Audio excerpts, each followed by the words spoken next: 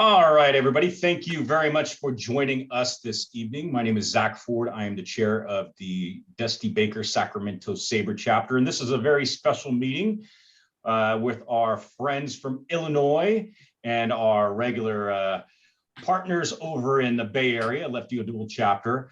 Very excited to have Christina Kahrl, sports editor of the San Francisco Chronicle, with us this evening. Just a few housekeeping things. Please mute yourselves. What we're going to do is Bill and Christina will have a conversation, then we'll have some opportunity towards the end for Q&A. And then afterwards, we're going to have about a half hour where we can just have, I guess it's called bar time, where we could just talk baseball or lack thereof. But definitely looking forward to the next hour and a half, the next hour with Christina, and then the half hour bar time. And again, please mute yourself, and I'll go ahead and pass this over to my awesome counterparts in the Bay Area, Marlene and Steve. Oh, Marlene is muted.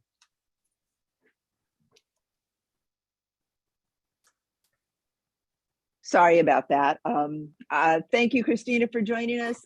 Thanks, everybody, for making time, some time to spend with us this evening. I'm delighted, Christina, that you're here with us tonight. Just looking forward to lots of the stories you'll tell and finding out more about what you're doing as sports editor with that awesome team you've got at the Chronicle. A couple of things before I pass this over to Steve. First of all, I'm going to say congratulations again to our own Steve Tretter, who won the very prestigious the Seymour Award for his work on Horace Stoneham, 40 Years a Giant. Very well deserved. It's an excellent read if you haven't taken a look yet. We've got a meeting coming up on Wednesday, April 27th. It's a West Coast regional meeting with Professor Rob Elias and Peter Dreyer, talking about two books. One's called Baseball Rebels: The Players, People, and Social Movements That Shook Up the Game and Changed America. And also, now this is timely, Major League Rebels: Baseball Battles Over Workers' Rights and American Empire. So that meeting is on April 27th. It is a registration meeting. So we sent the information out. We'll send it out again. So please plan to join us. I've also noticed we've got a couple of folks with us, Gary Mintz from the New York Giants Preservation Society, and also Steve Hermanos, who has a new book out. Hopefully they'll both stick around for bar time so they can chat a little bit about what they're doing. But again, thank you all for joining us. Christina, this will be fun. And Steve, my co-chair of Lefty O'Doul, has a few words to say. Thank you, Marlene. Just two important things before we pass it over to Bill. Number one, I hope everyone noticed that registration has just opened for the National SABR Convention in Baltimore this August. And it has come to my attention that there may be one or two people here who have never been to a national convention. It's okay. We're not judging. Okay, it's all right. You're safe. But you got to go. If you've never been to a national convention, trust me, you'll really have a great time. There's something for everybody, and it's always, not always, but very often it's in a really cool place, and Baltimore is a really cool place, a great place for baseball history, United States history. Come to Baltimore. You won't regret it. And the second important thing is I just want to say to Christina, I've been an admirer of yours from afar for way back when the Baseball Prospectus days, when I was playing fantasy baseball, and your articles in the annual book were so good, and I've been just following your career ever since, and I've never actually had the opportunity to meet. So awesome! I'm so happy you're here. Thank you. Well, hopefully we'll get to see each other in Baltimore. Do it. Let's do it. Awesome. Over to you, Bill.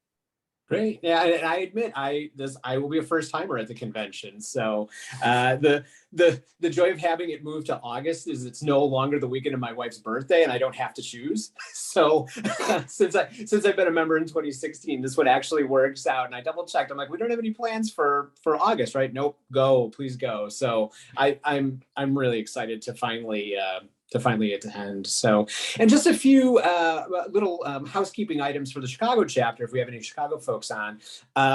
We're doing, we normally do these on Saturday afternoon, so Wednesday nights are a little different for us. So, but in March, we are totally focused on Wednesdays for Zoom chat. So we're doing this tonight. And then on March 23rd, we'll be having a Zoom with Chicago Cubs minor league hitting coach Rachel Folden at 7 o'clock. I believe it's 7 o'clock, the start time on that for 2 hours. And the links went out.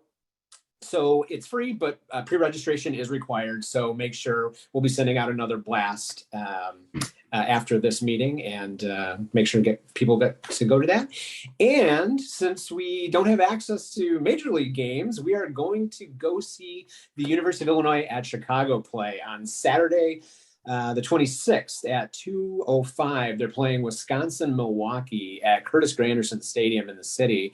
And I'm hoping that the temperature will be nice. So the last chapter game we went to in March, I think I'm still warming up from that when we went up to Northwestern. So I am doing my best to promise really good weather. If it could have been anything like today, it would have been perfect. So, so more details on that coming out if you're in our chapter, and then check our social media. So yeah, without further ado, as everybody else mentioned, I'm honored to introduce Christina, and just a really brief intro. Longtime baseball writer and analyst, founder of Baseball Prospectus, ESPN writer and editor, and current sports editor of the San Francisco Chronicle. So I'm honored to get to ask all of these questions. So without further ado, I'd love to just hand it over to you, and just why don't you introduce yourself formally to us? If you can explain your early connection to baseball and just walk us through your professional career.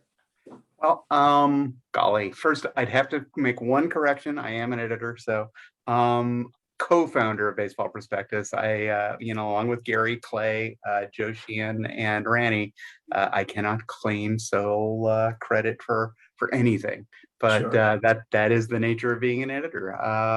But let's see, my connection to baseball. I think for me, I'm always struck by the fact that I, as a kid, had the same connection with the game as my great-grandfather, who was pretty tight with Bill Terry and a lot of the Giants back in the 20s, mostly because he ran liquor for Joe Kennedy. And so, he was their connect. But he loved the game. He loved Mel Ott, who was his favorite player. And as a consumer of baseball in Westchester County in New York, how did he get his baseball when he didn't go to the ballpark? Through the newspaper and the radio. And as somebody who was then growing up 60 years later in Northern California, how was I a baseball consumer? Running out at dawn o'clock to get my copy of the Sacramento Bee and see a box score and over my cornflakes before my chores. And while doing my chores in the afternoon, listening to the ball games on the radio. And so that sense of timelessness, my love of history. I mean, I have these existential questions about, like, is my favorite color green because I'm an A's fan, or was I doomed to be an A's fan because my favorite color was green as a kid? I don't know. All I know is that it was fundamentally woven into, where I was as a kid growing up on a farm outside of Sacramento, and what I was interested in and what I loved, as well as loving history in general. Did not play the game. So my younger brothers both did that. I spent my time with horses. So for me, though, I literally had never seen a game in the Bay Area, had not seen a baseball game. I had actually come down to the Coliseum for Oakland Invaders games, because I am that old. If anybody else here remembers the USFL. Did not go to my first baseball game until 1985 at Comiskey Park, September, Indians, White Sox, old Comiskey Park, of course. And it was magic, and I just loved it. And then I spent the first 2 years of my college career mostly ditching class and going to Comiskey. Why? Because it costs less round trip on the CTA to get to the ballpark than it did to get in. So, like if you're spending $2.50 and you can get a ticket after first pitch for $1. I'm a dishwasher in college. I can totally afford that. I am going to spend all of my spare time going to Comiskey Park and watching Tim Hewlett. But that said, loved the game, fell in love with it. That's also in college, discovered Bill James, got into sabermetrics at that point. Again, in the 80s, we were all doing it. And from there, my first job out of college, again, maybe I was too inclined to play hooky and talk about sports, but, discovered the internet in the early 90s, like through old Usenet, started reading and meeting people online like, Joe Sheehan and Gary Huckabee. And, when after the strike in 90 and had been resolved in 95, we that winter said, why don't we write the book we missed? Because at that point, Bill had stopped writing the abstracts, had been doing kind of an annual book, but because it was after the strike, it was a weak point in the market. Nobody had figured this internet thing out. So we figured in our conceit, let's write the book we want to read. And it was terrible. I mean, the first one was awful. There's no nice word to say for it. We had every major league team except the Cardinals. After that, I was the editor of the book. I was not the editor of the first one. I like to point that out. But so I'm not responsible for the Cardinals, the missing Cardinals in the white label initial edition of Baseball Prospectus. But after that, we learned to count to even numbers. It was great. But beyond that, we sure at the same time we figured out, we initially launched Baseball Prospectus thinking that it should be a book and that we would do this internet stuff to promote the book. Well, it was mere months before we figured out, I think it's the other way around. We should be all about writing about baseball online. And this is 1996, figured out that we should be writing about baseball online and then use that to promote the book. And so right away, I guess, even as a kid and somebody coming out of a print environment, because at that point I was working in my day job at archaeology publishing, we were already figuring out print probably isn't going to win. So, we still were doing the annual book. Long story short, we did, I think employee number 7 of Baseball Prospectus, Keith Law. We hired right out of Harvard. I think he was just getting started as our fantasy baseball columnist. A couple of years later, we made this smart call, hired this guy named Nate Silver. That turned out pretty well. But beyond that, Baseball Prospectus really kind of grew into this project where people, much like Saber, people could come into it and they didn't necessarily have to have a sabermetric point of view from what we think of as analytic. Certainly, we eventually hired people like Kevin Goldstein, who really came at the game from a scouting perspective. We broadened our horizons and said, really, that this is an avenue for people with the talent to write and talk and think about the game. It doesn't have to all be heavy numbers crunchers. God knows I only got through 2 years of algebra. So really, it was about who can say and really kind of, and Baseball Prospectus effectively I have always thought of as kind of the Saturday Night Live of sabermetrics, where this rotating cast of people who are going places or might go places can use it as a place to start. You do get paid, which is always nice, and that you can possibly turn that into your day job, as we did ultimately, almost all of us, but also then use that as a launching pad for going on into bigger and better things. For me, and I've now been way too long-winded to get to the point of, for me, it was interesting because so many of my writers at Prospectus had been hired away by other bigger outlets, that when in 2010, Dave Kuhl, who was then the Major League Baseball editor at ESPN, cold called me and said, have you thought about, and I'm like, Dave, it's good to hear from you. I see you at postseason games and stuff like that. What do I owe the pleasure? You usually only knock on my door when you come to steal a writer. But what's up? And he asked if I was interested in coming to ESPN, which was awfully flattering. That's a phone call you take. I did not anticipate that was ever going to happen. And so we talked, and then ultimately he did not hire me. And but he said, that was really interesting. If I had a second job, I would hire you. And then I'm like, yeah, okay. I'm sure you say that to all the girls. But a month and a half later, I'm in the middle of spring training in 2011. And he calls out of the blue and says, hey, guess what? I got the second job for you. And it's like, well, okay, I guess I'm going to work at ESPN. So opening day, literally April Fool's opening day, 2011, Wrigley Field. I sat on the news, did not leak anything to anybody in the Chicago media. They were all surprised because I'd been spending all of the Cactus League season with them. And then I walk in, I tweet it out, and then I go to the ballpark and I walk into the press box and everybody's like, oh, like, you sat on that? And Paul's like standing in the press box, lovely moment. And the game happened. I don't even remember who won in the 2011 opening day. It was kind of a blur, but it was a lovely, it was fun. But that launched me into like what I think of as like an even more greater level of seriousness. I learned so much in 10 years at ESPN, working with, working with people from Claire Smith to, Marley Rivera to Buster Olney to Tim Kirchian to, literally everybody you can name. And then subsequently people like Jeff Passan, David Schoenfield, day in, day out. So much fun, so much great stuff we got to do. And was definitely like just a tremendous 10 years.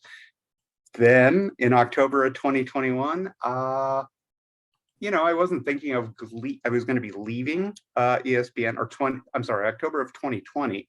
I wasn't thinking I was going to be leaving at ESPN anytime soon, but Susan Slusser gave me a call and said, like, we're looking for a new sports editor. And I was like, oh, really? Well, I'm happy at ESPN. Why would I ever leave? That's nice. I'm delighted you guys are thinking of me, whatever. 2 months later, I'm transferred into being like, senior editor in charge of the night desk and Out of Baseball, my happy place. And I'm like, oh, wow. So that's how they see me. All right. Is this really where I want to be or what I want to do with the rest of my career? It's not going to suck. Don't get me wrong. I'm still going to be working in baseball it's going to be a lot of fun. Covering baseball, but also basketball and everything else. So I did that for, 3 months. And then I was like, I had another passing conversation with Susan and she's like, we're still looking for an editor. I'm like, well then, yeah, maybe I am interested in that. Why don't I check it out? Give them a call, whirlwind of literally 14 different interviews later and a couple of weeks. And it's like, get to the end of February. It's like, okay, I will help train my replacement at ESPN. I will leave for the Chronicle at the end of March 2021 and hit the ground running. Because sure enough, as soon as I get there, Stanford women win the national championship. And we just started having crazy amounts of fun from there. Again, coming to the Chronicle, all I can say is somebody else has already noted the amazing team. Marlene, you are exactly right. Getting to work with Ann Killian, Susan Slusser, John Shea, it's just incredible. As a collection of writers, people who loved and know local sports and are committed to the day-to-day of the coverage of the sports they love, the people they know, the fans they respect. I'm all about that. That's way too much. It's such a level of connection and being close to the ground and working with people who really care about the product, that really care about, what they're doing, that, and are really just woven into their community. That again, is kind of gets back into like what you enjoy in the first place. You enjoy the sports for the actual sports, not the ratings, not this. You enjoy it for the people and the life and everything around it and where you're at and who you're with. And I couldn't ask for a better opportunity than to be at the Chronicle to do all of that and working with so many awesome people.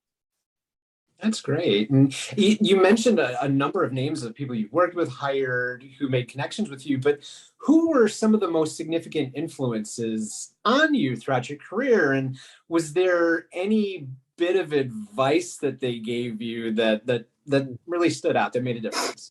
Ooh, well, I don't know about advice. I got a lot of people who told me you shouldn't write like that all through my career. And I mostly didn't listen to them actually until I got to ESPN, where I think I got downright respectable by the end. But because as people might know, this is one of the reasons I was I don't want to say I was gonzo, but as a writer, I definitely, I was all over the map as far as self-indulgent and terrible. And if I was my own editor, I'd hate me.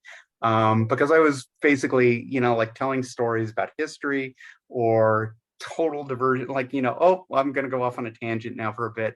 I'll get back to the point eventually. But I really want to tell you the story about the Habsburgs, because that reminds me of a story that, and again, totally irrelevant, totally not necessary, totally gratuitous and self-indulgent. and totally not something I would put up with a writer that I'm editing. But that said, yeah, I think, like I really kind of came into editing and the respect for author voice for me really kind of grew out of perhaps the writing experience and knowing that it's not about me necessarily imposing myself as an editor on what you want to say. It's helping you say whatever you have to say in the best possible way, and to help you be the best possible version of yourself in print or online.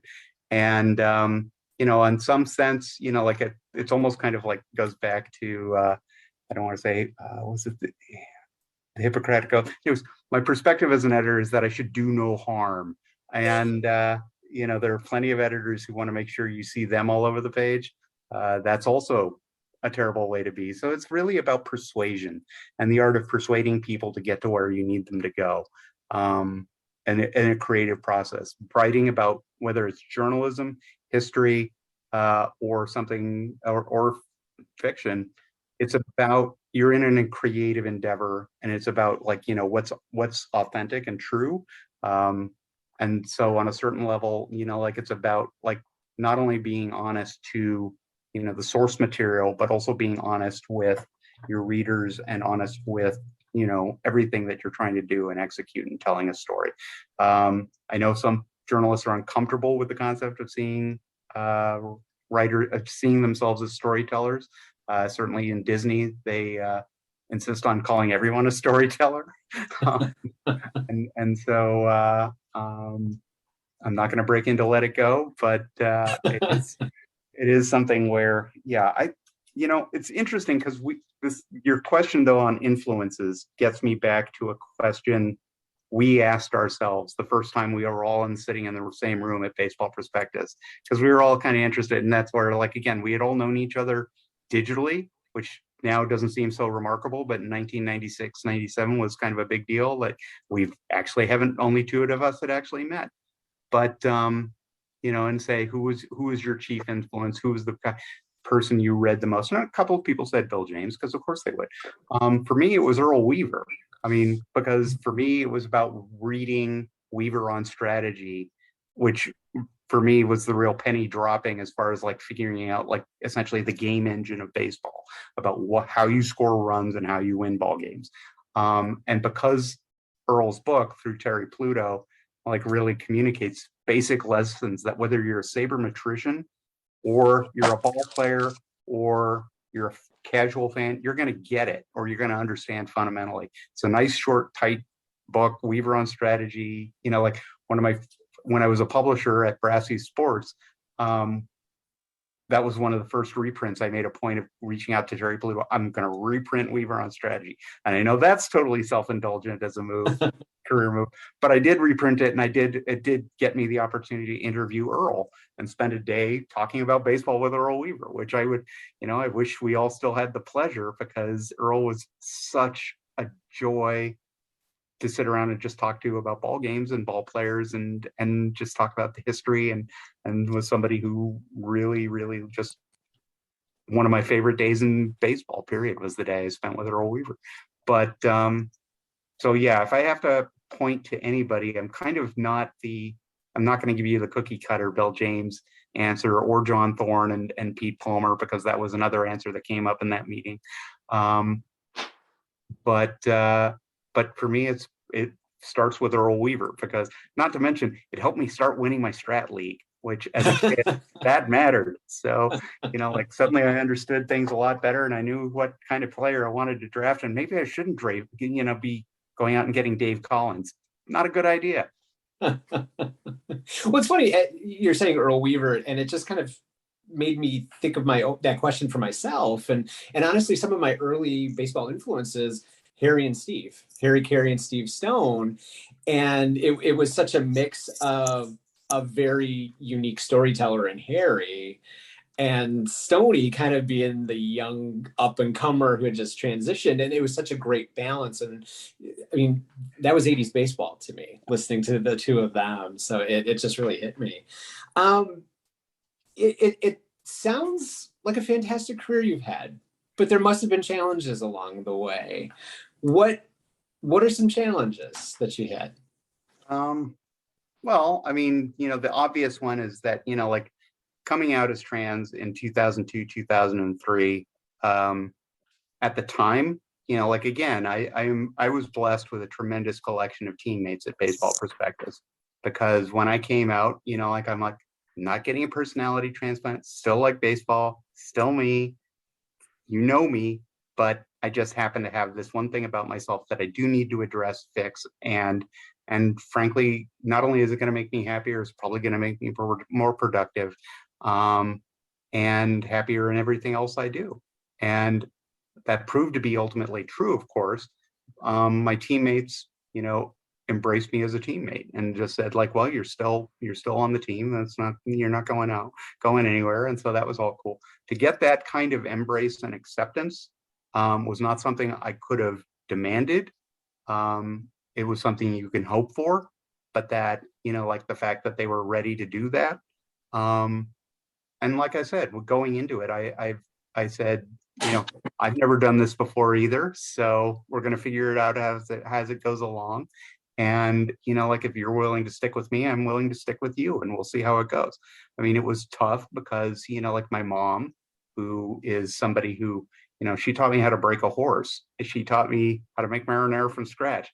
She is, was an association executive, remarkable woman, role model, coach, teacher, and friend. And all of that, like she gave me the toughest answer I heard, which was that, when I came out to her, was that, well, you're going to have to give up sports. And I was like, I don't know that. I'm not going to quit sports until somebody tells me to go. So I'm going to stick with this because it's what I know, believe, and want. And, like, I'll just see if it works. And if it doesn't work, then we'll have that conversation. But I'm not leaving sports over this until somebody kicks me out, hanging on tooth and nail. So, that was tough. On the other hand, it was revelatory and kind of fun and kind of like, again, learning how the other half lived, and being accepted by women like Susan and Claire, and, was both rewarding and more rewarding than I could have asked for or expected. So again, it's something that I went into with a considerable amount of trepidation, understandably, but that ultimately wound up teaching me things about how awesome people are and how awesome people in baseball are, and how welcoming people who are different can be within any community. And so, like, again, I wound up in a happy place from a tough, like potentially tough situation, but ultimately, it gave me a legion of uncomfortable or strange stories. I remember the first time I went to the All-Star, like at the BBWAA has a luncheon with the commissioner every year at the All-Star break. The first time I went after I transitioned, Amanda Comack, as at that time, I went in thinking, oh my God, I'm going to be the only trans person in the room. I'm going to be, like everybody's going to stare. I don't know how this is going to go. We'll see how it goes. Go into the room, like all concerned. Amanda Comack comes running up to me. She was the beat reporter at the time for the covering the Nationals for the Washington Times. She comes running up to me and says, oh my God, thank God you're here. It's such a sausage party.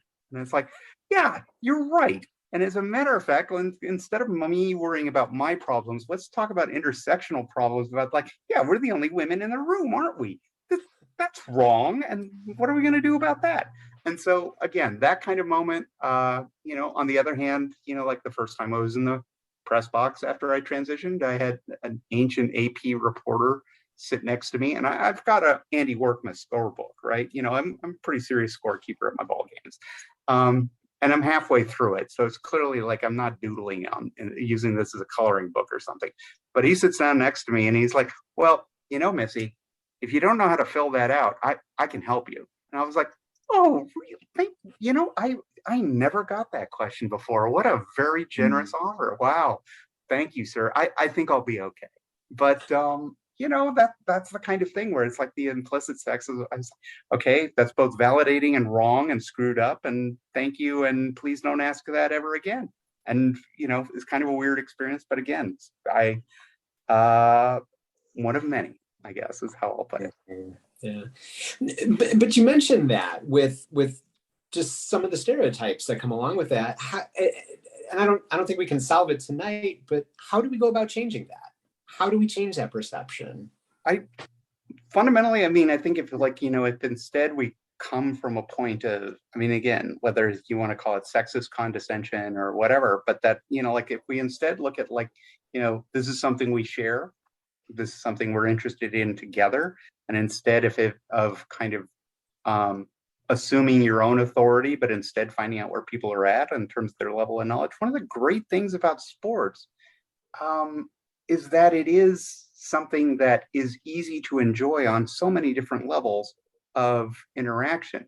It's the kind of thing you can used to be, I mean, at least like when we could all sit together, like if you're at an airport and you're all watching, you can run into a total stranger and catch, 10 minutes in the game before you catch, you can have a completely harmless conversation with a complete stranger on any level of detail, and any that doesn't have to mean anything, but can be friendly, can share different levels of knowledge or across different levels of knowledge, where you can just have plain simple social interactions that allow you to enjoy something together. That doesn't mean that I'm telling you how to think or you're telling me that I don't know what I'm talking about, but instead gets into, oh, wow, so you're a Cowboys fan. Well, sorry about that. Or, wow, yeah, that we should be focused on being able to enjoy each other's company and enjoy each other's perspectives instead of telling each other how to react and think. And if we instead use sports for the fact that it's entertaining and enjoyable in itself, but is also something we can enjoy together with no consequences, ideally, unless you're, you're a Giants fan and you married somebody who's a Dodgers fan, and I pity you and good luck with that. But, it should be something that shouldn't have consequences, can be lots of fun, and it's something that you can share across ages. That's the Chronicle sports editor. Oh, that's nice. It is. Yes, absolutely. I was going to say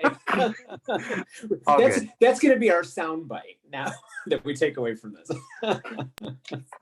All good. So great. But so there's a long way. But let's talk a little bit about baseball today, which I almost don't want to.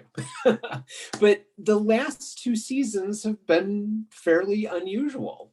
We had a pandemic hit, which reduced, I'm reducing the story of it, but we ended up playing a 60-game season. Then we ended up getting a full season that started off with limited capacity and concession stands not open and broadcasters not going on the road, sitting in Wrigley Field empty while the team's off in LA or San Francisco. Behind the scenes, folks aren't traveling with the team like they used to. Mm-hmm. And even looking into this season being a little strange, how we're getting off to a start, just how has covering baseball changed in the last couple of years from your perspective? Well, I'm worried. I mean, clearly it both, was liberating in the sense that and it's funny because I have this conversation with the executive editor, Emilio, at the Chronicle, but, in a sense, in sports, we've all been used to working remotely forever. There was never, even at ESPN, there was never really a compelling reason outside of being present for meetings to be at the office necessarily, because you were really just you had to be able to talk to your reporters and and see the games. And on that level, maybe it was easier for sports journalists than it was for a lot of other folks. That said, as unusual as these two seasons were, it was, fighting tooth and nail to get access back for us has been a fundamental challenge because, or figuring out once we were allowed to send reporters back to the ballpark, we should get a benefit for that as far as as opposed to, well, we just want you to listen to the Zoom, same as the people who aren't here. And it's no, I'm here to report, and beyond the report to the game, I can be here to talk to people and actually, not in this canned Zoom setting. And, like the player is right there. Can I please talk to him and interview? Like, we're coming up with story ideas. We want to talk to them. And, that getting the benefit of being there again has been really kind of the thing that we've been trying to claw back. One of the biggest things that we anticipate about this coming season is that we're finally going to be able to go back into the locker room. Now, that's if that survives the new CBA, because of course the players, every CBA have always tried to negotiate away or limit our access, but relative to what we've always had. That said, the initial commitment is that we're going to be able to go back into the locker room and start to do some of the great feature stories and reporting that we used to be able to do. I really hope we get to keep that, because certainly now in this role, learning how the other half lives, I believe as an editor, it's really important for me to be very hands-on and directly experience a lot of what my writers have to put up with. I need to know what they're up against in terms of access, what they're up against in terms of, how the teams are kind of controlling where they're at and what they get to ask and where they get to be and what opportunities they get out of availability. So, a lot of what I did in this first year was also going to like all the 49ers home games and going to a lot of Warriors games and basically learning not only about like establishing those relationships with the media relations folks, because I have to play the heavy when they're messing around with my reporters or not giving us the access we need. It's also about making sure that I understand my reporters' problems, that I understand what they're up against and what they're dealing with day in, day out. And how do we get the best possible access so that we get the best possible stories? The challenge is that when you look at a situation like the NFL, where like here, the 49ers only allow locker room access to team media. So all the rest of us who actually work for a living, as opposed to just elevate the team message on like, we won, or we're awesome, or whatever, whatever flavor of team propaganda that team media wants to put out there, or MLB.com. I'm not going to say that again, but I did. Whatever kind of team propaganda you want to put out there, and then we're up against that, where our access is limited. And our ability to get to the players is limited, and it's limited during practice, during the week, or because of the pandemic. But how much of that are we going to be able to claw back to get that access to tell more meaningful stories? That's the challenge, is that if we don't get that access, what are we left with? Well, you could go a couple of different ways. You could get into really just adjust the facts, ma'am, Joe Friday kind of approach that works for AP for the most part. But, or do you want something that actually lets you understand and know the players and the people on these teams? Analytics and sabermetrics have certainly given us and data-driven reporting certainly give us another avenue to get into. But ultimately, the stories that I loved reporting the most, certainly when I was at ESPN, and the stories that as a reader I'm most interested in, are not stories that are just driven by analytics and statistical analysis. They're the ones that wed what we learn from statistical analysis with what the players and coaches can tell us themselves. And the only way you're going to get that is through access. And so that's where I look at it as a challenge. It's about, even dealing with those limitations, how do we make sure that we continue to be able to get into those spaces, tell those kinds of stories, talk about baseball, and do the kinds of things that, I love to do as a reporter, but that, someone to really let Susan do everything she possibly can, because she's one of the best beat writers, if not the best beat writer in the country. Letting her do everything she can, because again, one of the things that I got the pleasure of working against her when I was at ESPN and trying to cover Giants and A's games, one of the pleasures that I had in doing that was getting to watch the trade craft of people like Susan and John and Maddie work clubhouses and how they work clubhouses, and learning about how they do it differently and having a considerable respect for how they do it differently. And then learning what I can do with myself, passing on what lessons I've learned to other journalists, but also just learning and respecting how they do the job. Everything that we're going to get when we get that access back is going to be so good and so much better as a result. And so that's where yeah, it's been a weird season, but looking at it from the practice of journalism perspective, I can't help but be something of an optimist, assuming we get that. We know the teams, like I said, in the NFL, they don't want us there. And they're going to make sure we don't, because they feel they don't need us. And, like given the television contracts and everything else, they don't.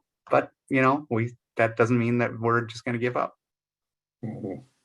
So the pandemic's created access issues and everything you just mentioned.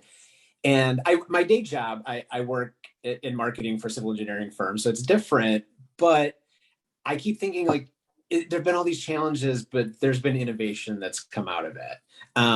If it's been how municipalities have managed money, how they've redesigned projects to fit their needs, what innovations do you see coming in covering sports that might have emerged because of this, that maybe we didn't see coming beforehand?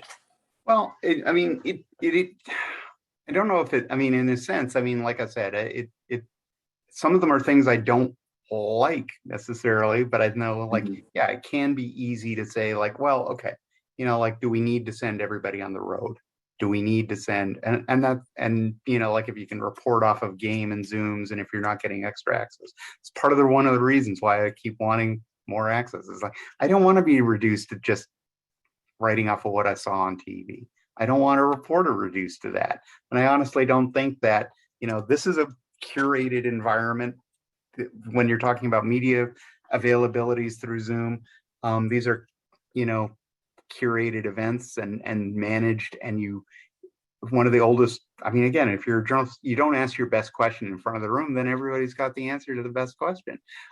You want stories that are much more intimate, that people are going to talk to you one-on-one in a very different way than they are to a room full of people. Even when you're talking about access issues, and again, my empathy goes out to the players, because, if I had a bad day at work and then, 30 strangers want to watch me take off my clothes and talk to me about my bad day at work, that would be terrible. I wouldn't want that at all for myself. So with respect to what they have to go through, how they have to do it through the scrum or any kind of availability is always harder. That's why you want to create those one-on-one relationships and be able to talk to them directly and get into their problems, their lives, how they're solving, how did I figure out how to do hit breaking pitches better? How did I learn how to pull the ball? How did I learn to hit to the opposite field when I'm a pull hitter? All of the things that you want to get into with a player, he's not going to talk to at length necessarily to a room full of people. But if you have time to sit and have a conversation, you're going to get that. So as much as I know that the innovations allow us to basically cover games more cheaply, I don't want that as a consumer of content or as a creator of content. I kind of I don't want to say I resent what all of the innovations we've seen of late have empowered us to do. I also still have tremendous respect for what we will get if we don't give up on the benefit of being there. It's funny, you had mentioned just, you not being an athlete, having a bad day and getting asked a series of questions. A number of years ago, I was talking to somebody in a different field and just career advice. And he had mentioned that he started off, I wanted to be a sports writer. I wanted to cover my team, and his game was football. And he started off covering local high schools, worked his way up, and he eventually got to cover an NFL team, his team that he grew up with. And then he just kind of hit a streak where he's like, I don't know if I want to do this anymore. And then the star of his team, I won't say their name, just in case there's a fan, just let him have it in a post-game press conference after having a bad day. And he's like, you know what? I don't want to do this anymore. I need to change careers. So, and he's like, so just consider, if you want to be a baseball writer, you might run into that. He just reminded me of that. But it's really interesting thinking about the next generation of writers, podcasters, bloggers. There's a whole world out there. I go back to my college days, and I was sending resumes off, folding them, mailing them off to people. The internet really wasn't a way to get exposure for jobs. But as a writer, there's so much more potential out there to get started. How would you recommend that young kid starting to think about careers? I want to cover sports, I want to write. What do they do? How do they get exposed to get noticed? Well, I mean, it's interesting that you mentioned that because, yeah, I think, like the outlets, the opportunities are there for people to choose a number of different paths. And having managed a couple of different interns in different locations or different careers, I'm reminded, for instance, like, there was one intern I had at Baseball Prospectus who, like well, actually, our first two, now that I think about it, she had come out of a classic background and was thinking of a career in communications and journalism and was going to go to grad school and all of that. She's still my favorite, but I know I'm not supposed to have favorites, and she wound up being a professor of communications, but and she's doing very well with that. But her colleague in our first intern class, he was just going to start at Medill, and and this was after a year as a college senior of being an intern with us, and he went to Medill, and 2 weeks in, he's like, I'm literally not going to learn anything I didn't already learn at Prospectus, and I don't need to take on this kind of debt, and I don't need to do this, and I hope they'll let me out. And they did. So like he didn't have to like pile up another $60,000 of debt on top of everything else. And I probably more than 60 now for 2 years at Northwestern's journalism school. But yeah, that's where I look at it as there are a lot of different paths. Some you can make for yourself, and you can make it for yourself at outlets like whether it's Fangraphs or Baseball Prospectus, or like if you're interested in that kind of path.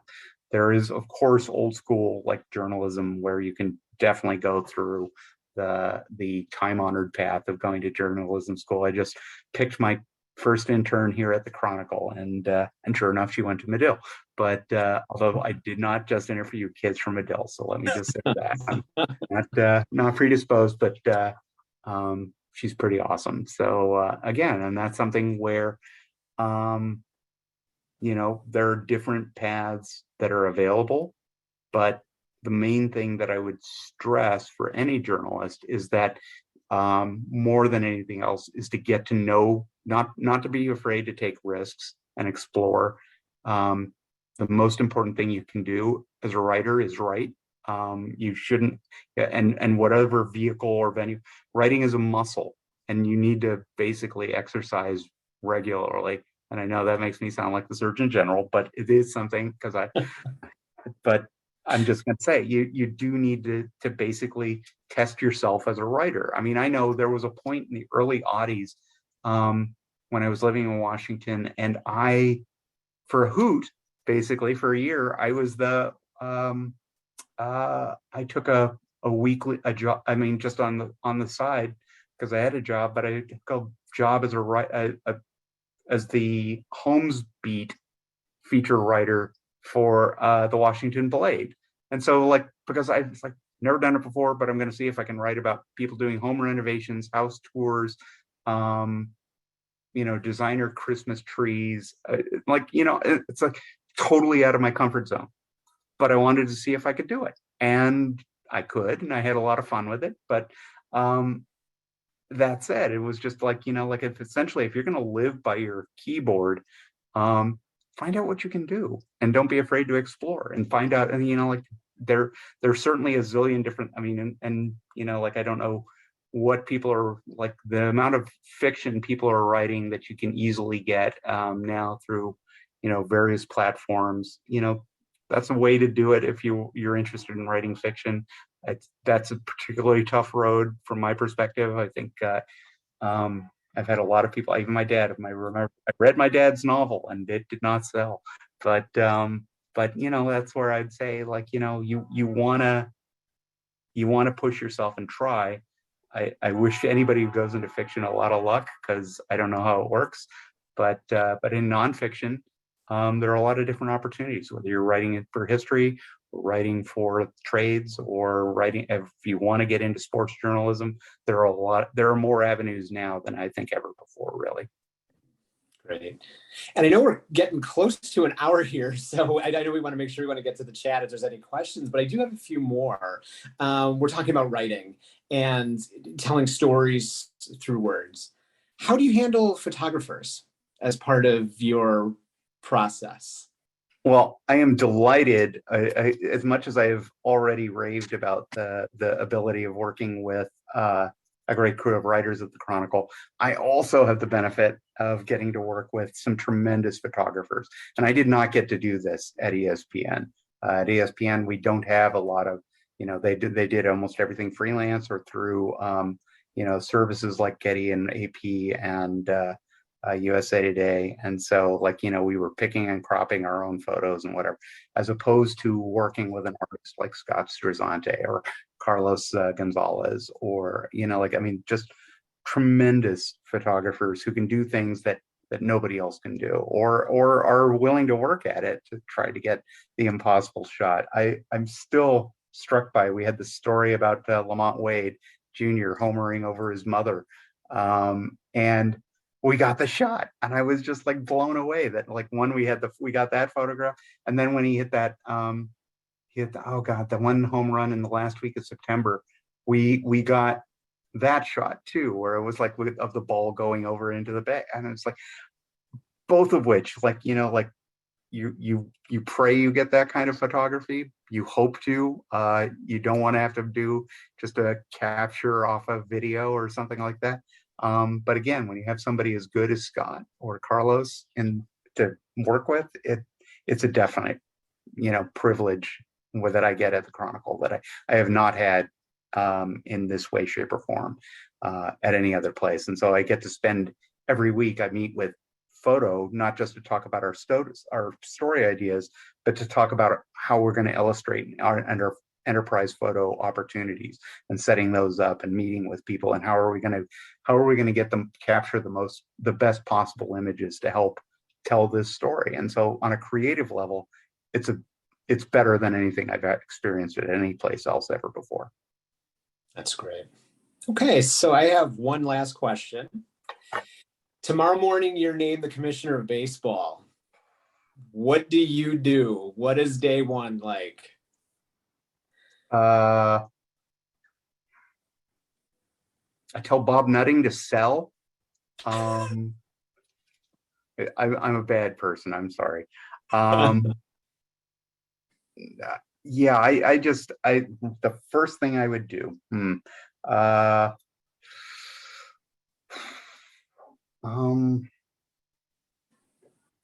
Oh, that's a tough one. I've had a pat answer, but I'm just so fried from all of the labor war coverage that I'm just sort of, I don't know. At this point, I would say that, I wish, if I was named commissioner of baseball, I guess the big thing would be that I would want to make sure that I make for the office forever after truly independent and operating in the best interest of baseball, and not a business, not the, and that would be if you're going to be an effective czar of the game, truly you have to get buy-in from both sides, that you are not just, the major domo of 30 billionaires, that you are the person who's supposed to protect the interests of the sport for the benefit of the fans and get owners and players to agree to work together for the benefit of all of us who love baseball. I hope you saw all of the applause and all of the fist pumping that just went on right there. So, well, we're all missing. We're all supposed to be in Arizona and Florida right now. It's horrible. Right. Awful. It's the worst. I'm already bummed that I'm losing games. How am I going to refund all these? So, and I'm thinking about all the which independent team I'm going to adopt as my own this year. So, how about any questions in the chat? I see I'll just say that I'm delighted to see so many familiar faces, whether it's Barry or Graham or Marlene. I mean, Graham, we haven't met, but Marlene, it's lovely to see you. Perry, I am so happy to see you too. Steve Trader, great to see you. Steve Ellsbury. I'm just okay, so a lot of familiar names. Delighted to see you. So thank you all for being here is the thing I'll say up front. Perfect. So it looks like Steve, you had a question. Go ahead and unmute yourself.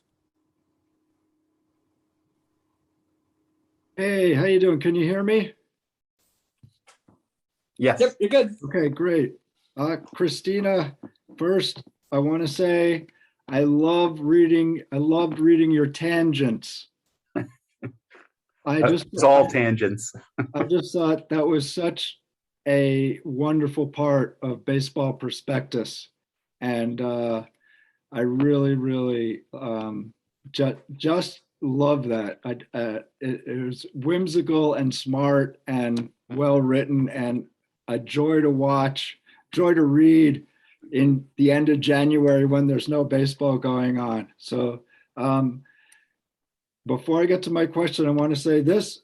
It took 4 years to write and 6 years to get this book published. This is called Going, Going, Gone. And I wrote it to be the most exciting baseball novel ever. And there's one of the differences in it is there's a lot of game action. So I wrote it for baseball fans like us. Whether non-baseball fans like it or love it, I don't know. But I'm really confident that all baseball fans will like it a lot. And if you don't, I'm giving you, it's a money back guarantee. But here's my question for you. The Giants won 107 games last year. Even, sort of casual fans would comment to me, every player had a career year on the Giants, pretty much. And totally true. With all of the technology involved in training the players now, how much of it is there that we, the fans, don't get to see? That's my question. Because like 50 years ago, you could go to spring training, you could watch the guys working out, you could watch them with a coach, and you would understand the extent of the training that they're getting. So how much of it now, what percent is opaque to the people in the stands? I'd say 95%. I mean, it's incredible what you see behind the scenes in terms of it's one of the things that, again, with as much as I might be inclined to rag on the Ricketts for other things, the renovations for Wrigley were so important because how do I put it? It's a place of work. I mean, as much as it's my favorite stadium or a place to hallow or all of that, it's a place of work. And if you're a professional athlete and you have just like the conditions that they had to work in to both you as a major league player, you want to have the indoor, camera enabled batting cage. You want to have, things that allow you to work on so that you don't have to physically stand in against a batting practice pitcher who throws kind of like the guy you're going to see on Sunday, that you're just going to be going against projections of it. To be able to get that kind of repetition, that kind of action, to get the kind of feedback that you get from Rapsodo stuff and all of the technology that goes into it and the amount of time devoted to expertise. I mean, I think it's fascinating because now we've gotten to the point where, we've kind of graduated from what we remember from whether it was Wade Boggs or Tony Gwynn, consuming endless amounts of video. Instead now, that's old school, because right now the amount of time you spend actually physically doing the things you do in baseball, but doing it either in a virtual or semi-virtual kind of space, but still working on your muscle memory, still working on your physical ability to play, that it's next level. It's different. It's wonderful. It allows us to see players do things that, in terms of, with a level of precision we haven't seen before. And it's a lot of fun.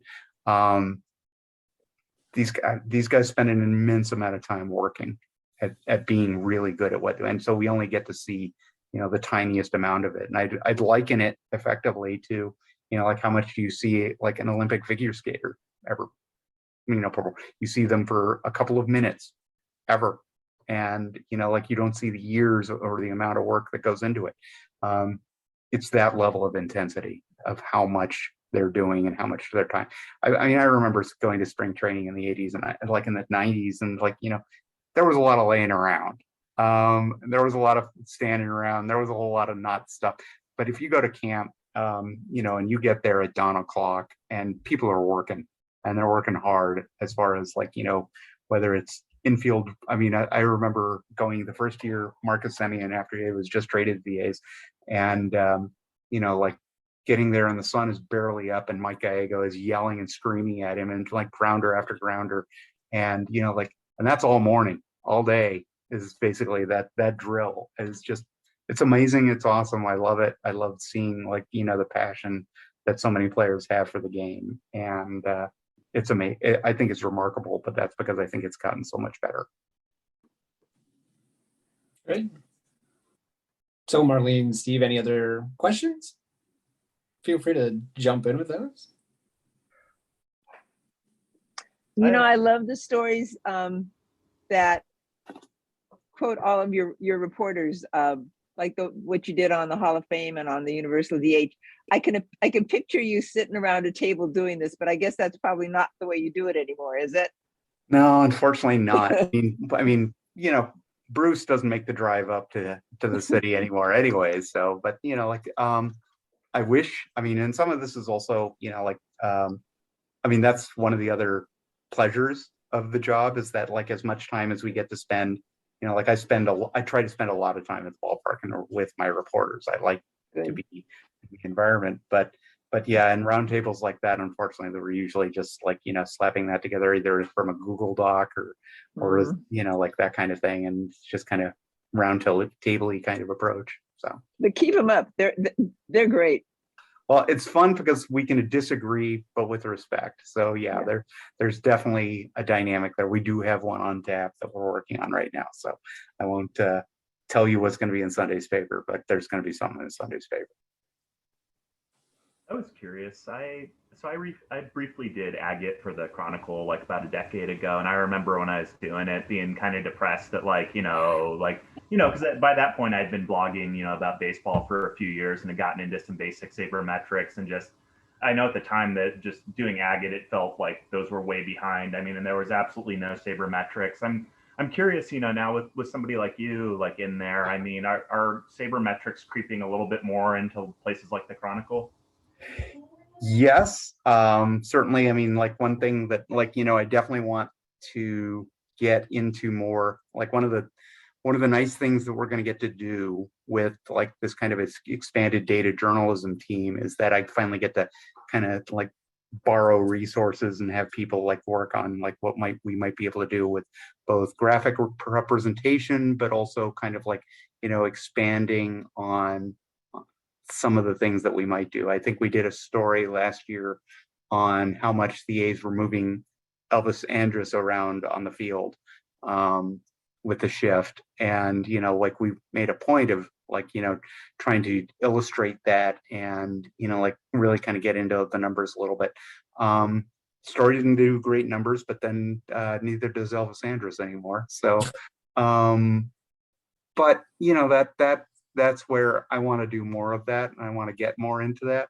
Some of this is about, again, that was one of the things I got to do at ESPN was, essentially explain a lot of sabermetrics to journalists who didn't know where to start. At the Chronicle, there is, a considerable amount of knowledge. Some of it is also, like a level of respect for people who know what they know, and I'm not going to teach Bruce Jenkins with everything that he knows about Bay Area sports. I'm not going to teach him why he should care about war, but because you don't really need to care about war. I mean, you can use it, you can enjoy it, but you can also live without it. And so, like in that sense, I'm a little I have a sense of equanimity on the subject of sabermetrics. I am there to proselytize and encourage people to use it in their pros. I'm also okay if it's not how you function as a writer. I walk in, I'm not going to, turn Scott Osler into Bill James, and that's okay. I respect what Scott does on his level, but that's where working with someone like Maddie Kawahara, I mean, like, I want him to include more stuff and he wants to include more stuff. And so it's really kind of like, respecting people on where they're at and where they want to go and how they want to tell a story. So there's definitely an inclination that I encourage. But I also can't change people's minds or ability overnight. I'm not going to lay down the law and say like, I want war in every story across every sport. Because I know that there are versions of war that exist for football and basketball. And it's like, I'm not going to make people do that. I want to convince them. And so some of that is about how learning how to make people feel comfortable with data and how to make them feel comfortable explaining it to people who also don't necessarily know it all. That said, I think that's God bless Agate editors. So Agate is hell. It's no fun. So bless you. It's funny that you're talking about that, just like, understanding war, incorporating it. That's one of the interesting aspects of broadcasts that I think is it went from, kind of, I always remembered as just my grandpa's batting average, home run, and RBI. And all of a sudden there's all of this advanced data. And I don't know necessarily if all the broadcasters know how to incorporate that into the story other than just dump it on people. And I know there are a lot of casual fans that may not be interested in it. So how you process that, it'll just be interesting to see how that evolves over time. It looks like we've got a lot of great questions in the chat. I don't know if we want to jump in on some of those. I don't want to ignore people, just because it's just scrolling up here. And I think... I'll leave. What do you think are the chances that the WNBA will expand to the Bay Area? I certainly hope so. That's one of the things that I know I've been arguing. We've all been arguing for. Definitely something I would love to see, not only on a level of sports equity, but I actually think I'm putting my feelers out. I think that I will not be surprised if we instead see a soccer team come sooner, or a women's soccer team. I would not be surprised to see that happen in conjunction with the 49ers driven FIFA bid. I've heard some hints on that subject. So if we see a women's sport, professional women's sports come to the Bay Area, as much as I really hope that the folks associated with the new Coliseum site plans do land a WNBA team to bring them back to essentially get a pro team back in Oakland, that isn't the roots, but my hope is that my expectation is that we'll have soccer sooner. Let's see, we've got what else?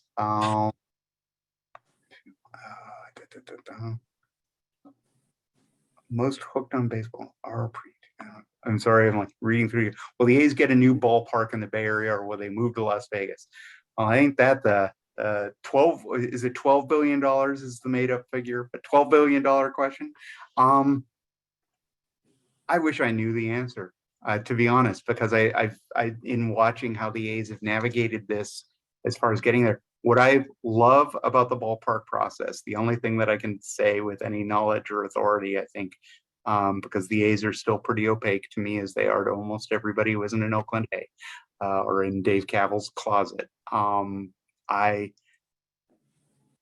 the city, how the county, how everybody, the process is, what I've been most impressed with in terms of the city of Oakland is they've come up with a way it would work as far as putting a ballpark. Yes, there are details still to be ironed out at Howard Terminal, but it's plausible. And it's plausible in a way that, like if you were an Expos fan and thinking that, when they had that, they thought they might have a site that might keep Loria from moving, and they were working with the Royal Crown Commission on some piece of real estate on the east side of town. And that was somewhat plausible, but they didn't have all of the money figured out, and they didn't have all of the details figured out. This feels much more tangible, real, achievable. The question is, does John Fisher want it? And that's the question. I don't have an answer. I wish I did. I wish I understood why he treated fans in the East Bay so shabbily last spring, with all of the crappy messaging and all of the intimidation tactics and all of the snark and the, just weaselly behavior. It's like, you don't treat adults like this, let alone the city council. I mean, these are people who want to give you hundreds of millions of dollars, and you're being a jerk to them. Why can't you just I didn't understand it as far as the messaging. And to watch all of these meetings with a bunch of people in the room, basically, we want to give you hundreds of millions of dollars, but do you have to be a jerk? Yes, I do have to be a jerk. I'm Dave Kahrl, and I'm a jerk. I'm going to be I don't just play one on TV. It's so frustrating to watch, put up with. I think that they've been chastened a little bit after how it got the point it got to last summer, but they still feel it's still so weird that they essentially resent that people are disappointed in them as far as what they've done and how they've done it. This should be a situation you want to leech every amount of drama and tension out of the room and make it like boring and easy to agree to, because everybody wants a ballpark, or a lot of people, I should say. There is some non-Schnitzer Steel financed opposition, legit opposition, and you can respect and understand where those folks are coming from. But I think the ballpark, I live in Jack London Square. The ballpark is going to be about 6 blocks from where I live. I don't want to say that I tried to jinx it by moving here, but I definitely would love to be able to walk to the ballpark. But that said, ultimately, I don't know if John Fisher wants it, because right now we don't have the key detail, which is that the A's haven't agreed to a term sheet. They proposed something that was literally legally impossible and their term sheet, and asked the city to break its own laws for their benefit. And the city's like, yeah, we're not going to work with that. We're going to actually try to make something, create a plan that works and doesn't break the law. Do the A's actually want to sign a term sheet that adheres to the city's commitment to affordable housing and community development and all of the other good things that might come out of that investment? I hope so, because I would love to see them stay. But ultimately, I don't know if John Fisher will say yes. And that's we're essentially all hostage in this process to one man's pick about whether or not he really just wants to make a deal. And Fisher is opaque to all of us. He may be opaque to Dave Kahrl. I don't know if, again, nobody, Alex Coffey wrote that wonderful story for The Athletic last year about trying to understand John Fisher, because he doesn't agree to interviews and he doesn't want to talk to people and he doesn't want to let you in. And, she did a really good job of trying to give us a sense of where is John Fisher in all of this? And, I don't think we still have a good answer there. Let's see, scrolling through, I don't want to play favorites, but let's see what else, what other questions?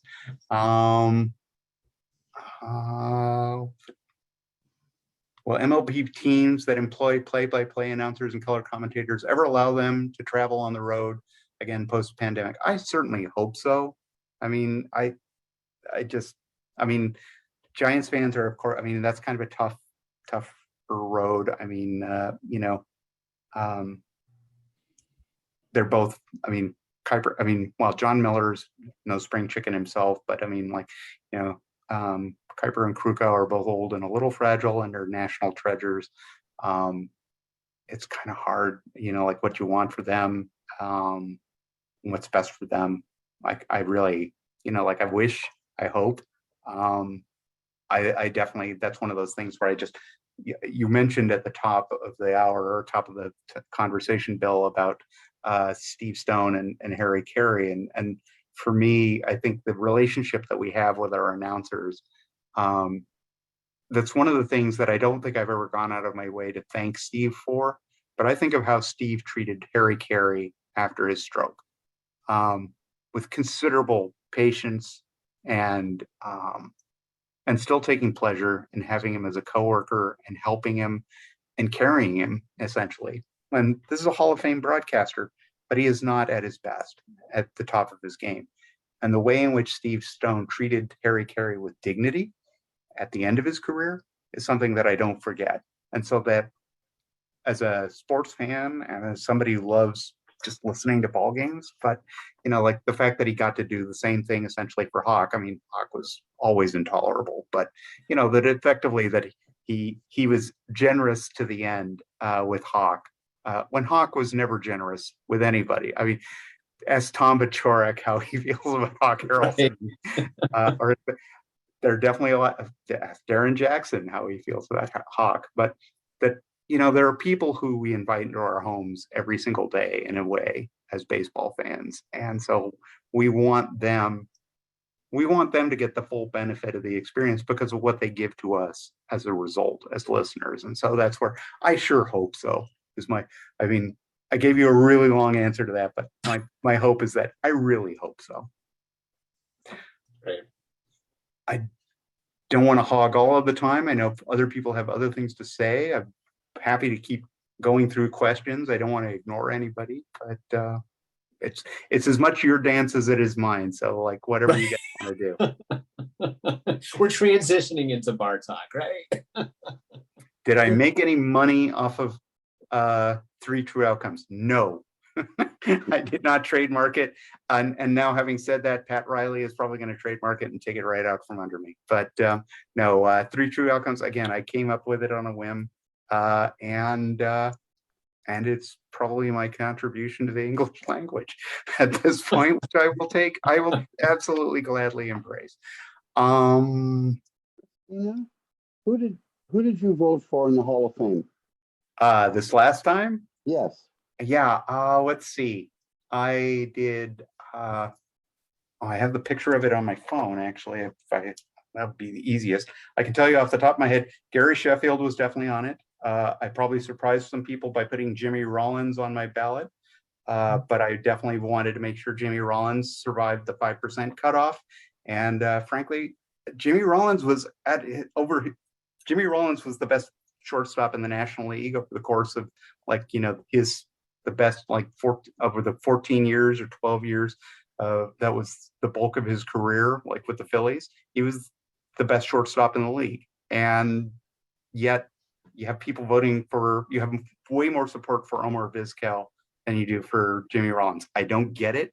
I don't understand how, people, Omar is not somebody I vote for, and if that was before, the recent revelations, but beyond that, I'm just sort of like, Jimmy Rollins was that team doesn't win a World Series without Jimmy Rollins and Chase Utley. You don't compete consistently without Jimmy Rollins and Chase Utley. And so as a DP combination, maybe it's because I also think that same way that I look at those late 70s, early 80s Tigers, that you can't put in Alan Trammell and not put in Lou Whitaker. I feel the same way about Jimmy Rollins and Chase Utley. Ultimately, what it boils down to, that they were intrinsic to that team's success on defense, on the base paths, at the plate, in the clubhouse, every single way. But let me see if I actually look it up. I can actually probably go off memory. Barry Bonds, Gary Sheffield, Jimmy Rollins. Oh shoot!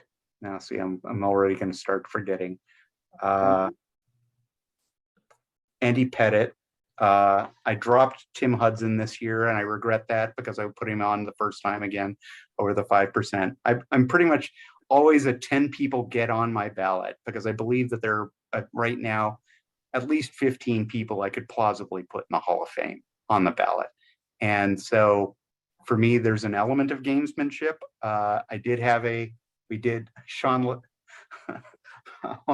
Sean Lehman and I actually, or not Sean Lehman, Sean Foreman and I actually, at one point, we were talking about, after Mariano Rivera was unanimous, we both were like, well, that was kind of ridiculous. Is Mariano Rivera literally need to be unanimous as a Hall of Fame candidate? I mean, yes, of course he belongs in the Hall of Fame, but the hysteria that you see out of the New York media and New York fans about do people have to be, this is the greatest ever? And it's well, I don't know. Tony Womack might have something to say about Mariano Rivera being the greatest ever, but but then Sean and I had this argument with each other about okay, does Jeter need to be unanimous? And because there are all of these other guys, and with the 5% rule, do we both, and it's well, whoever does it, is going to face a firestorm. So if you do it, I'll do it. And we had that conversation about whether or not, like, if you'll take him off your ballot, that I won't be the only asshole in the room. How about that? And so we talked about it in those terms for a couple of months, and then ultimately we both chickened out and was like, yeah, I got to vote. It's Derek Jeter. Okay, come on, let's be serious here. I have to vote for Derek Jeter. It would be stupid if I didn't vote for Derek Jeter on the only chance I'm ever going to have to vote for Derek Jeter. And I'm not going to do, as much as I try to make sure that I include players who belong, who I feel belong, and who I feel are getting short shrift. Sammy Sosa is a good example. Sammy had no chance, but I was always going to vote for Sammy Sosa because I remember how important Sammy Sosa was to the comeback of baseball in the 90s. And you can talk about whatever it was he took or anything like that, but ultimately, does baseball make its comeback without Sammy Sosa doing what he did in 1998? I fundamentally don't believe it. And I think we needed Sammy Sosa. And Sammy Sosa gave us a lot of enjoyment on the field. He was so much fun. How can you keep Sammy Sosa out of the Hall of Fame? From my perspective, you can't. So yes, I did vote for Jeter, and yes, he did get in, but it wasn't unanimous, and I was not the anonymous person who did not vote for him. So yeah, that's my only story there. I guess this coming year we've got Beltran coming on, and that's going to be interesting as a test case for how people feel about a different kind of cheating. And how people are going to respond to that. That's going to be interesting. I think of him as like you gotta. I mean, setting that aside, great player, had an amazing career. How can you not vote for Carlos Beltran? But some people are obviously going to be bent out of shape about him and about his involvement in garbage or trash can gate or whatever we're calling it. But yeah, it's going to be interesting.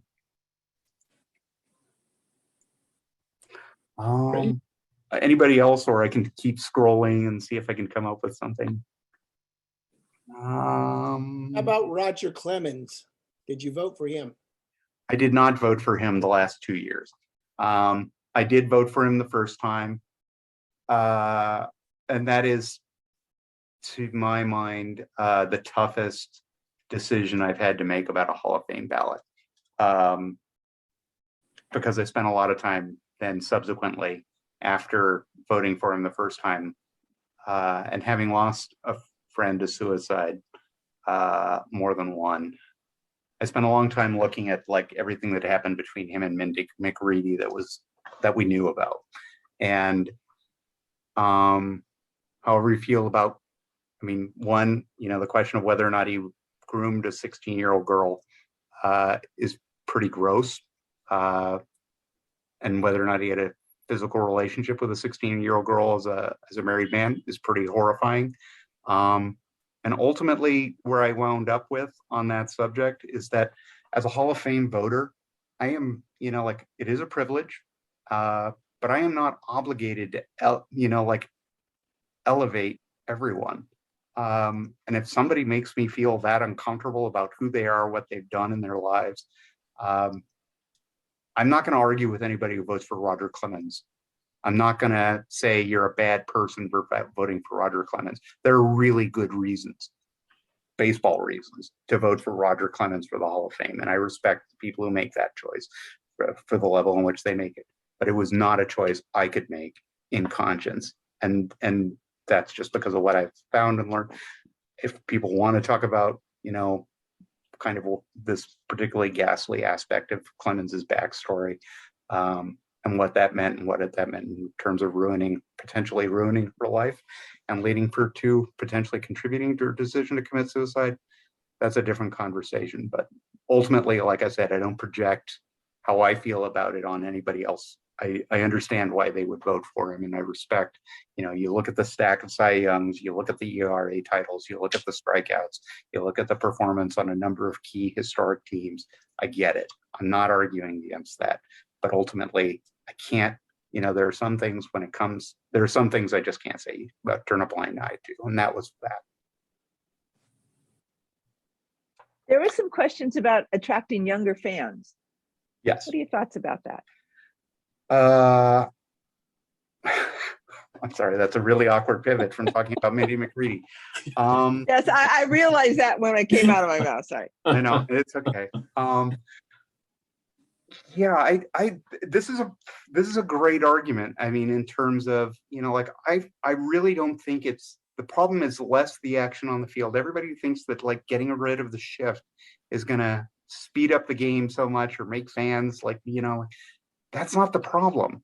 The problem is contact and the problem is commercial breaks. It's not about defensive shifting. It's not about launch angle. It's not about everybody it's about the ability to make contact and the ability to and essentially it's a reflection that the pitchers really are that good. I mean, and particularly if you're going to adopt an industry-wide standard that, starting pitchers basically only have to go through the lineup twice. And so nobody, I mean, like you just can look at the numbers and see how much, like pitchers or hitters improve against pitchers by the third time through in the lineup. And so like, that was a built-in part of the game, but that the response to it is that, well, just eliminate third times through. And that way you won't ever have to get that advantage of getting to see a guy a couple of times and being able to maybe figure something out, or maybe he figures something out about you. That's gone. It's basically like burn through 2 times, then you're out. And then it's the parade of relievers.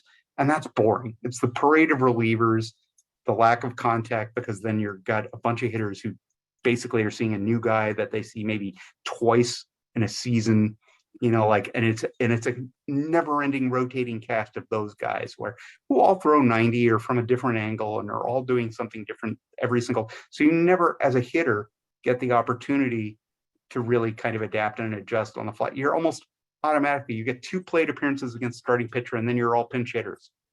As effectively in terms of approach, you're facing people you've never seen before and you may never see again, and that just fundamentally makes the game less interesting. So it's like whether I supported the idea of like you have to face 3 batters rule just because I was tired of the Tony La Russa special of 3. I'm up by 7 runs, but you're still going to see 3 pitchers to get to the last 3 outs in this game that I've already won 7-0. It's like no, that's just, there's no entertainment value, and there's no practical value in it either. I mean, like, just in terms of like what you're asking people, the players themselves, to physically do. So it's just, I get it, but yeah, the math is there, but the math isn't that good, and it doesn't, not at the point of sacrificing the game itself and making it boring and tedious. So that's my real problem, is fundamentally like, I don't want to say you have to cap pitching changes. I don't think I have a great solution, but it's just from my perspective, it's about how do you generate more contact so you have more balls in play and defense matters again, and you have more base running and more of that kind of action. How do you get that back? And maybe that's more of a dead ball. Maybe that's higher fences. Maybe that you could go a lot of different ways. Maybe it's a softer ball. Or whatever you have to do with the strike zone, but it seems like every single change they make only ends up leading to more strikeouts. So I don't have a great thought there either. But the other thing that just kills me is that like ultimately is the commercial breaks, which is, again, you already have all of this dead time with pitching changes, with the huge volume of pitching changes, but then you add all of this additional dead time or extended, and the fact that they don't, I know they do the timer, but they don't. I still don't understand like why, if you're going to have the timer between innings, why do you not start it until God Bless America is over? Why are we performing God Bless America? I mean, all of this is just sort of like, it stacks up time, and it's just like I don't need a Broadway show tune. I'm at a ball game. If I wanted a Broadway show tune, I'd go to Broadway. But that's where I don't get it. But that's one of many things I don't necessarily get. But I wish, yes, would there be, if there was a way to increase the action on the field, and decrease the amount of dead time, that I think would be more important for getting younger fans interested than fundamentally monkeying around with the rules of the game, which is just sort of like whether it's rules against shifting, the ultimate DH. I mean, the universal DH I get from a health perspective or player health version benefits, pitcher health benefits, but that's where I'm like, I am going to, even as much as I hate watching pitchers hit, I am going to miss the difference. essentially. And that might be a surprise to me in my old age, but that I'm just sort of like, I'm going to miss it. I'm going to miss the debate. Wonderful. Do you fault Bud Selig and Major League Baseball for looking the other way? Yep. They saw what they saw, so they didn't look the other way. They saw what they saw, and then they went straight to the cash register. So, like, that's where I mean, that's where, like, I fault them only in the sense that, we have this hypocritical standard where everybody who profited from steroids is allowed to go to the Hall of Fame, except for the people who actually used them. And that's problematic from my perspective. It's like, if you're going to put in Tony La Russa and Bobby Cox, and again, I don't argue against, but if you're going to put them in and you're going to put Bud Selig in, then you probably also need to put in the people who actually made baseball history or did baseball for a living, as opposed to the executives who profited from it and the managers who happily used steroid using players and did not have an ethical issue with it. And, so from my perspective, it's like, if you're going to reflect the history of the game at the time, do we know they used? Yeah. Do we know how much benefit they got? We have a rough idea, but we don't know how much, because results do vary. And so that's where it's like, ultimately, if we're going to reward some but not others, then we should be rewarding the players as well. So, again, I'm not going to be able to kick Bud Selig out of the Hall of Fame. You could certainly make an argument for Bud to be in the Hall of Fame because of all the stadium construction and the growth of the industry, and there are plausible reasons, but that's where you could argue for Bud Selig in the Hall of Fame. But if you're going to, but I guess I look at it as, I had this argument with Joe Sheehan where it's like, when I said Bud Selig is going to go to the Hall of Fame, and this was before they put Bowie Kuhn in, and he was like, well, he shouldn't go to the Hall of Fame. It's like, you're not listening. They're going to put Bud Selig's going to the Hall of Fame because of everything he did and in terms of the growth of the game. He's going to go to the Hall of Fame. The fact that they put Bowie Kuhn in to as a cover for is just like, that's ridiculous. Bowie Kuhn has no business being in the Hall of Fame.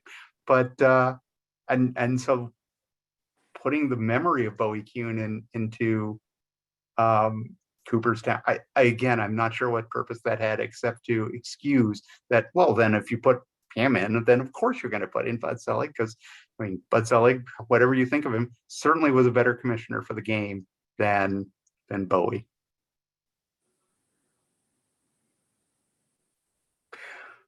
Do you know how to calculate WAR? No. I am not the mathematician. I know what it does and I know how well it works. I think of it as a sorting tool, frankly. It's a place to start conversations, not end them, on player value, because if you want to use it as a way of punctuating conversations about player performance, and just say, like, we're done. This is he's a 5 and we're done. That's all we need to know about him. His value is 5. That's boring. That's not really interesting to me. I mean, like, yeah, it gives me an idea of where he ranks relative to other players in the industry, but in a particular league or in a particular point of time. But I'm not interested in, like, the ultimate answer that WAR is. But I've never been interested in any of the Philosopher's Stone kind of, like, stats that are supposed to tell us, like, reduce player value to one number, one value. I've had this problem with win shares. I had this problem with VORP.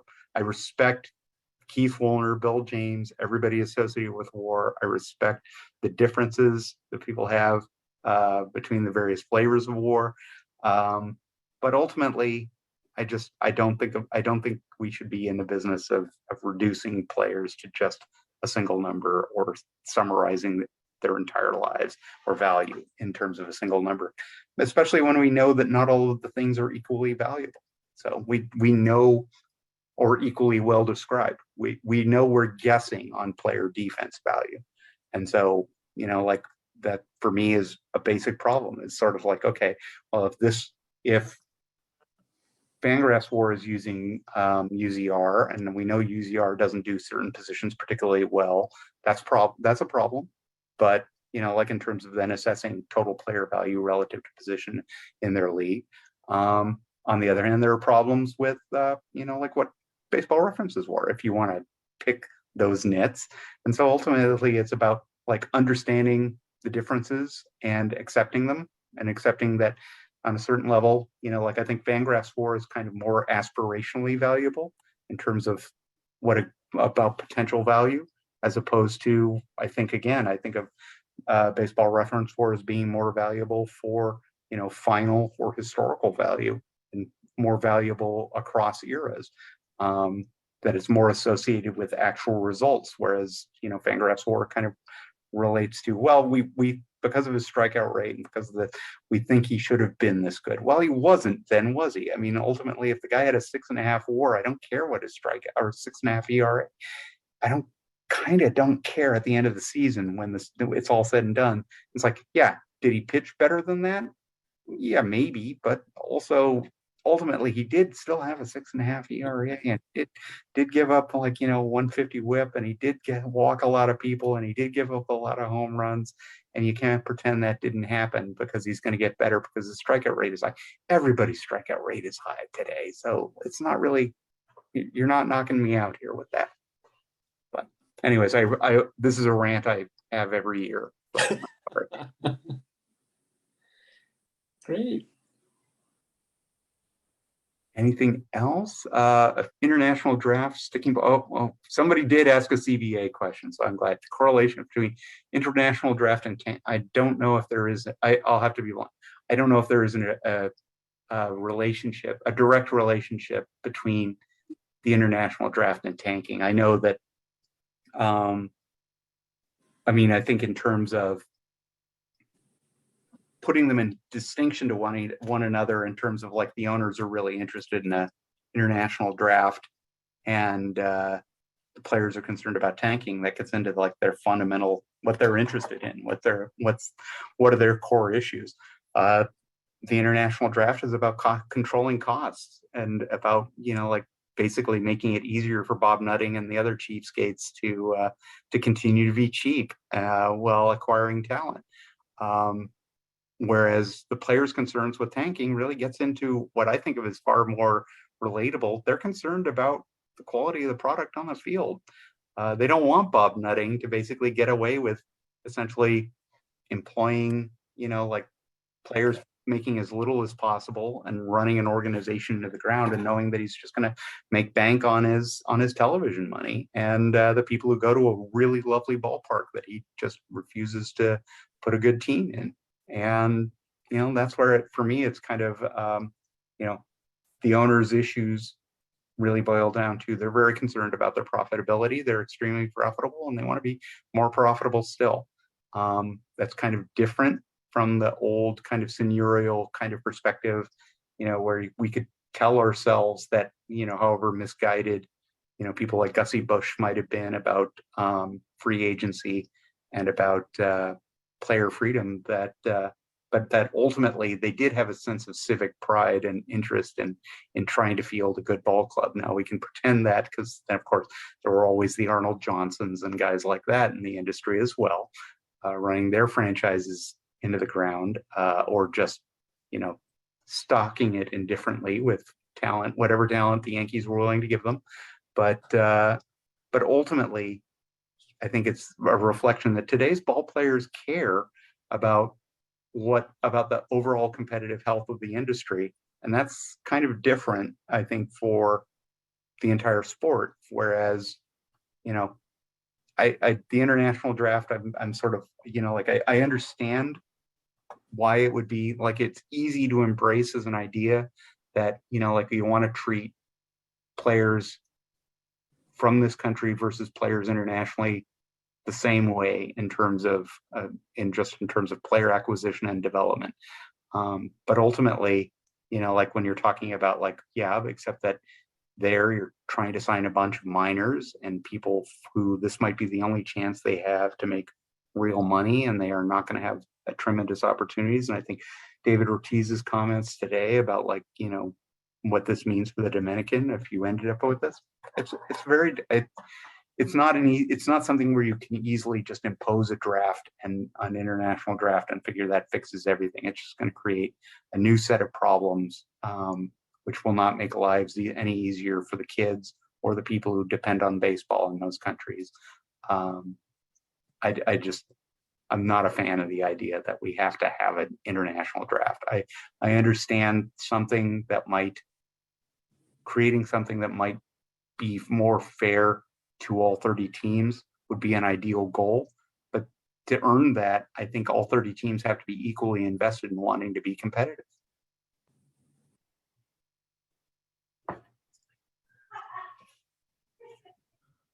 I've been talking a lot, so I'm sorry. I'm like, folks, feel free to jump in at any point. I was going to say we were so glad to have you, and thanks for fielding all those questions at the end. So we want to be conscious of your time too. So no, all good. I'm just going to be going out to the taco truck on the corner. Fantastic. I've got to check the wires and make sure that baseball didn't strike a deal. Otherwise, John Shay's story is going to have to change a lot. But yeah, no, it's definitely been a pleasure. I thank you so much for the invitation. I hope to see some of you at a ballpark sometime in the very near future. I'm really looking forward to getting to the Coliseum and back out to Oracle. I hope to see some of you there. But gosh, I hope we have time for any of us to get down to Arizona, assuming they'll let us have spring training this year. But here's hoping. Absolutely. Well, thank you very much. Thank you for the invitation. And like I said, I'm delighted to see so many familiar faces. So good to see you all. And thank you again. Thanks so much.